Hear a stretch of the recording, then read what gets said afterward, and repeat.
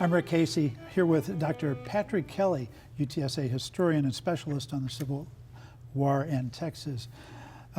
Patrick, Texas overwhelmingly voted to secede, but there was some dissent here, and let's talk about that. Well, there was especially dissent in the areas of Texas where the cotton economy hadn't penetrated. Like I say, west of Austin, you couldn't grow cotton without irrigation.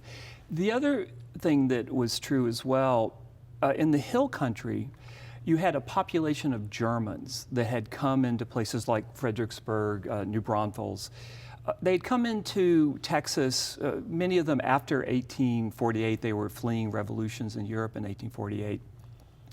And they were not happy with secession. One of the reasons, many of them, not all by any means, opposed slavery.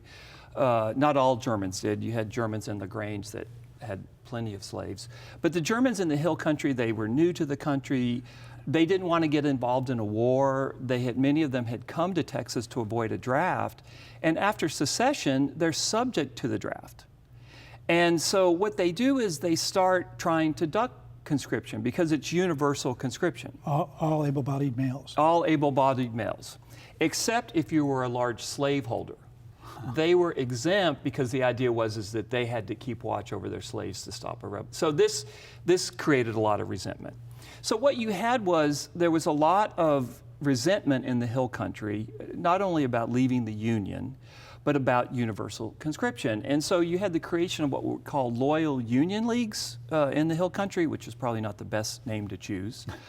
And there was tremendous suspicion on the part of Confederate authorities about Germans. They spoke German, they were kind of very clannish, they didn't seem to be very supportive of the Confederacy. So what you had in August 1861, a group of about 65 or so Germans left Fredericksburg and made a break for the border, for Mexico. They were hunted down by Confederate troops. They were attacked. 2 Confederate troops were killed, 19 Germans were killed, 9 Germans were wounded. And the next day, the 9 Germans that were wounded were taken aside and executed. They were shot in the head. They were prisoners of war that were executed. They weren't even prisoners of war. They were just avoiding conscription. Their bones were left unburied. Their bodies were left unburied.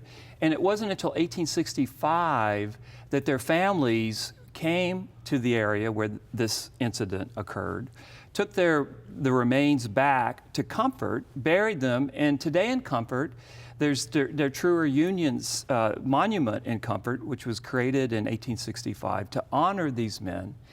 And there's a flag that flies at half-staff there. It's a 36-star U.S. flag.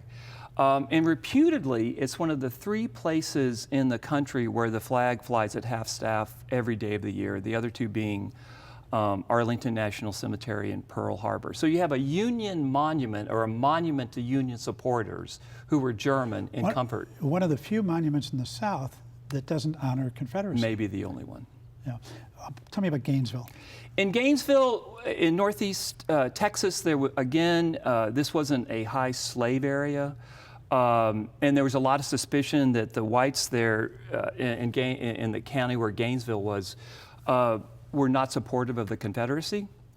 And what you had about the same time as the the Nueces River massacre, what you had 40 whites were put on, I wouldn't even call them trials, but they were accused of treason, accused again of avoiding conscription, the draft, and they were hung.